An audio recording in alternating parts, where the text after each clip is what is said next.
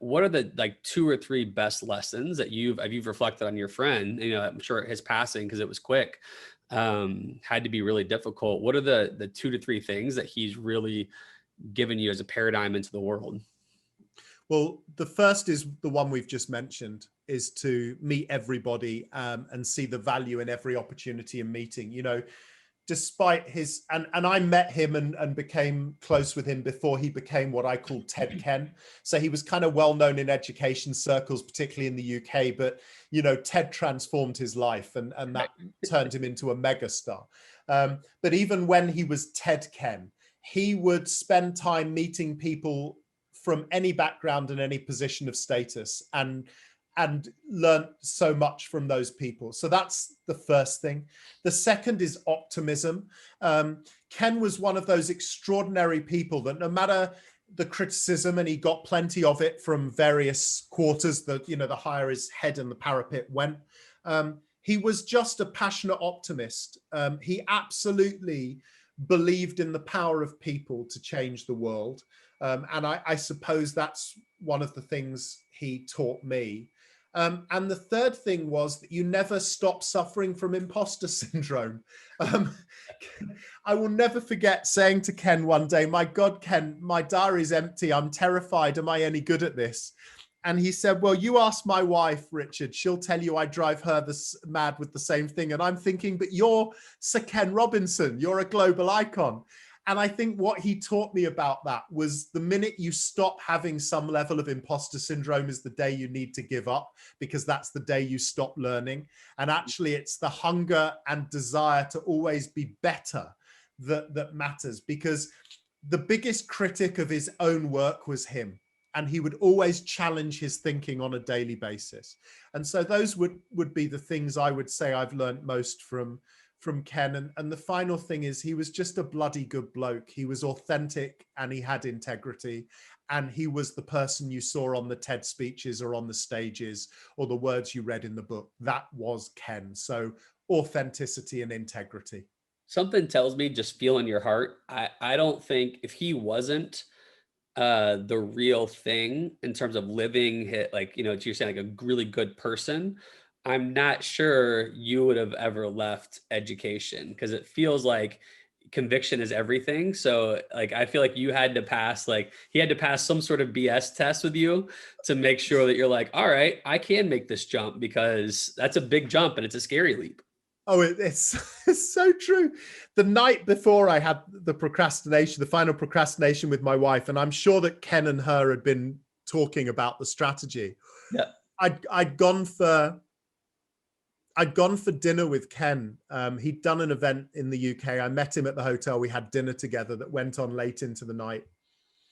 And I said, you know, he said, "Richard, no, really, you have to come and do this. You know, trust me, you've got so much to say. You've got so much to do. It's so important that you come out and do this." And I said, "But Ken, you know, I've got a mortgage, and I've got a home, and I've got children, and I've got a great job that I love." And I said, "It's easy for you to say you're Sir Ken Robinson." And he said, "Yeah, but I was you once too.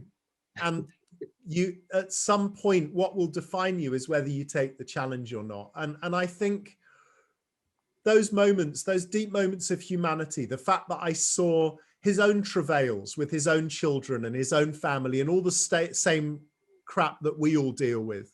And he let me see all that stuff. You know, that role modeling that he was a human being, is where the authenticity came from. And whether people agreed with everything he said or not, his absolute profound passion and belief in the power of human beings was genuine. And all you had to do was spend an hour in a room with him when he wasn't on a stage to realize how potent that really was. So yeah, I mean, I hope I'm a good judge of character, but my God, he was my professional dad. Yeah. And he was one of the most authentic people I've ever met in my life. I loved him. I loved him dearly. So yeah, I don't know.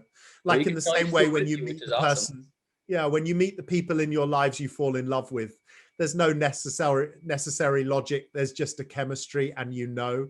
And I Yep. think from the first time I met him, I knew. Well, one thing I'm thinking about in the future for this podcast or just conversations is I do think people like yourself who are incredibly talented and have changed lives for a lot of folks, there have been people and events that have really made that happen. And I do feel like if I put anybody on the spot that's had, that's doing big things now, real quickly, you could probably come up with 1 to 3 people and 1 to 3 events that you're like, had those not happened or had I not made that choice, I would not be here today. Oh yeah, I mean, straight off the top of my head, my upbringing with my mother, the impact my father had negatively on that upbringing. My teacher, who I talk about in my TED talk, David, had Yep. an unbelievable impact on my life. My wife, who basically, if it wasn't for her and me hopelessly trying to score a date with her when we were young, I would never have found teaching.